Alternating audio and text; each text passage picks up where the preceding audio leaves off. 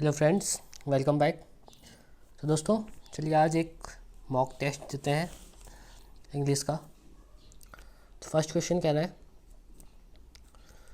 हमें चार ऑप्शन दिया है। साइकोफेंट का क्या बताना है? बेस्ट एक्सप्रेस मीनिंग यानी कि सिनोनिम्स बताना है। देखते हैं। साइकोफेंट, साइकी, फ्लैटर, क्रिटिक और स्लेव। दोस्तों, साइकोफेंट का मतलब होता है चापलूस।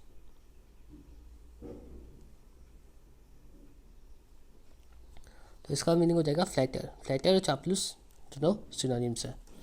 नेक्स्ट देखते हैं। नेक्स्ट है आपको अपोजिट बताना है किसका? फॉरलॉन का। फॉरलॉन मतलब होता है सैड, उदास या फिर अलोन, अकेला। तो जॉयफुल, लकी, फ्री ये तो नहीं होंगे। सॉरी, अपोजिट बताना है तो इसका हो जाएगा जॉयफुल। ठीक है। फॉरलॉन मतलब सैड, तो जॉयफुल मतलब हैप्पी। नेक्स्ट है आपको करेक्टली स्पेलिंग बतानी है। सेपरेट की स्पेलिंग है तो SEPARATE, SE क्या होती है? SEPARATE। कौन किस में है? ऑप्शन ए सही है। नेक्स्ट है, आगे देखते हैं। आगे है एरर्स। ठीक है, एक सेंटेंस दिया है, एरर बतानी है किस में है। The book being written in simple language is suitable for children as it contains many good advices. तो किस में एरर लग रही है? देखिए दोस्तों, इसका ऑप्शन होगा सी। एडवाइसेस नहीं होता है, ये होगा एडवाइस।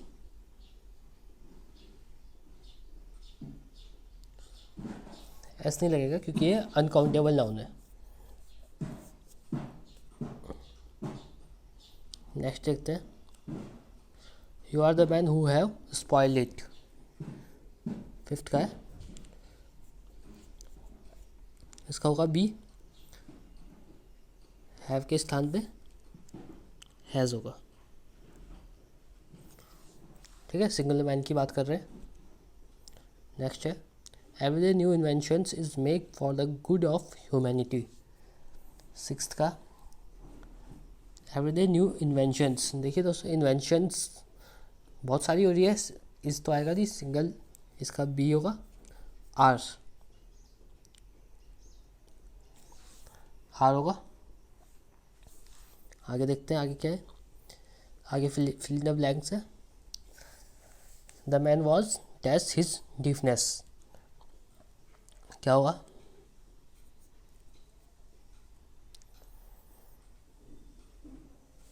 रिवॉर्ड तो मिलेगा नहीं उसे, कन्विक्ट भी नहीं होगा, सेव्ड भी नहीं होगा, क्योर्ड ऑफ। नेक्स्ट है he is the talk, he is the talk of the town, for the town, about the town, over the town. तो ये फ्रेज है ऑफ द टाउन, चर्चे हैं उसके टाउन में। नेक्स्ट देखते हैं। I dash very much like to see my old classmates. क्या होगा इसका? आई कैन तो नहीं होगा, possible. I should, I might, I would, I would सही होगा। I would very much like to see my old classmates. आगे देखते हैं। आगे इडियम फ्रेज दिए हैं। One old head on a young shoulders.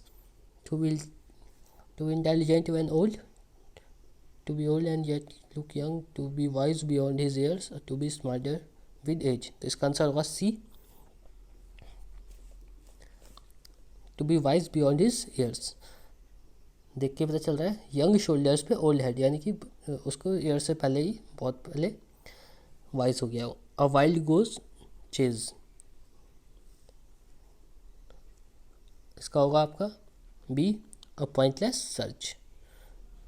ठीक है, आप ऐसे कुछ चीज़ पे काम पे लगे हो लेकिन उसका रिजल्ट नहीं मिल रहा है, तो वाइल्ड गोज चेज।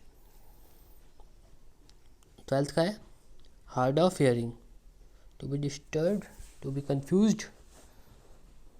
इसका आगे के दो पार्ट देखते हैं और ऑप्शन क्या है। टू बी डीफ और टू बी डम्ड। तो इसका आंसर क्या हो जाएगा दोस्तों, टू बी डीफ। नेक्स्ट है the one word substitution, the art of delaying. The art of delaying होता है प्रोक्रेस्टिनेशन। प्रोक्रेस्टिनेशन मतलब आर्ट ऑफ डिलेइंग।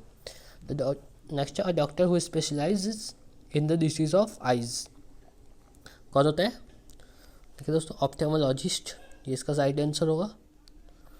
ऑप्टिशियन वो होता है जो आँखों के बारे में आपके चश्मे चुश्मे बनाता है, वो सब काम करता है। ऑप्टिमिस्ट होता है जो ब्राइट साइड देखता है, हमेशा खुश, हमेशा पॉजिटिव रहने वाला, ऑप्टिमिस्ट। और ऑर्थोडोंटिस्ट होता है आपका टीथ का स्पेशलिस्ट, दांतों का स्पेशलिस्ट को आप कहते हैं ऑर्थोडोंटिस्ट। आगे a person who Yeats too much, इसका आंसर होगा ग्लूटेन, बहुत ज़्यादा खाता है। आपने उसमें भी देखा होगा भीम को ग्लूटेन कहते हैं, एक एग्जाम्पल देखा होगा। आगे sentence improvement, the old woman invited the children to become a part in the celebration in her house.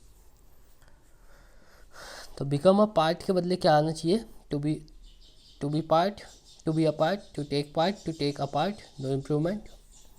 इसका आंसर हो जाएगा आपका टू टेक पार्ट। ठीक है, the old woman invited the childrens to take part in the celebration in her house. Next है you are junior than me in age. क्या हो जाएगा इसका, जब हम कंपैरिजन करते हैं तो डेट की जगह नहीं, देन की जगह क्या आता है, टू। देखिए टू इसमें भी है लेकिन इन एज आएगा। You are junior to me in age. Next है wealth is no doubt necessary for happiness in life. इसका आ जाएगा no, life is no doubts नहीं होगा, डाउट होगा, life, wealth is no doubt necessary. Next है Mumbai is larger than many other cities in India. Ninth का देखिए comparison हो रहा है तो सही है, और सिटीज़ से मुंबई की ये कंपैरिजन लार्जर, कंपैरेटिव वर्ब, तो नो इम्प्रूवमेंट। आगे देखते हैं all people want to be happy. All people want to be happy today. तो ये क्वेश्चन टैग का क्वेश्चन है, इसका आंसर हो जाएगा ए डोंट डे। यहाँ पे पॉजिटिव है तो यहाँ पे नेगेटिव। नेक्स्ट है पैसेज है, आगे पढ़ते हैं passage. Worry is a very common thing, every children worry as much as grow up people. In his childhood the writer use to fear that his parents would die suddenly at night. His fear and anxiety was just imaginary. Again, when he was on the war front in Mesopotamia, the writer came to a certain conclusion on worrying. He was a subaltern officer. He was not his duty to plan future action of war. He was there only to carry out what the superiors would decide. So it was useless to worry. When he took that stand, he spent soundly without worry. Here, the writer had some real reason to worry, but he could get rid of it when he found it very useless to worry. He followed the same principle when he was a prisoner of war, and he was in Asiatic Turkey. There too he banished his worries because nothing of his future depends on himself. The future of the prisoners of war would depend on the various governments. Thus, he was able to live there without much worry about it. He was a prisoner, but his deliberate suppressions of worry during the war and as a principal prisoner did not wholly eradicate his worries. Next है आगे, the fear had gone his subconscious mind, and he remained that buried. After the war, the writer was at home, but whatever a member of his family was absent, he feared all sort of mishap happening to him or her. Moreover, he had recurring nightmare that he had become a prisoner of war and war was not going to end. The worries without any real cause. Here where the आगे का passage देखते हैं, there the manifestations of the fear that he had banished deliberately. Passage एक prisoner के बारे में एक वो अपने वो पूरी लाइफ उसको दिमाग में वरीज रहती है, उसके बारे में देखते हैं question. Why was the writer able to live in jail without much worry? Because nothing in his future depends of himself. He was comfortable in June because he was a prisoner of war, because very common thing. इसका answer ये है, वहाँ पे बताया भी गया है कि फ्यूचर डिपेंड नहीं करता उसके ऊपर, तो जेल में इसलिए वो मच वरी नहीं था. नेक्स्ट है, why was the fear of writer in his what was the fear of writer in his childhood? Childhood में क्या फियर था? पैसेज जो बताया था, एक मिनट आपको दिखाता हूँ. पैसेज में आपको बताया गया था कि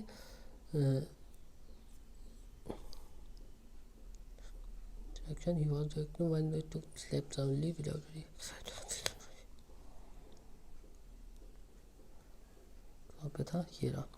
In his childhood the writer used to fear that his parents would die suddenly at night. तो ये वरी थी उसे चाइल्डहुड में. तो क्या है इसका? Parents die suddenly at night, इसका बी आंसर है. नेक्स्ट है, where was the writer when he could conclude that worry was useless? कहाँ था वो जब उसे पता चला? वो एक जब जेल में था. He was on the war front of Mesopotamia. Sorry, jail में वो बाद में गया जब वो वॉर में था तब. नेक्स्ट है,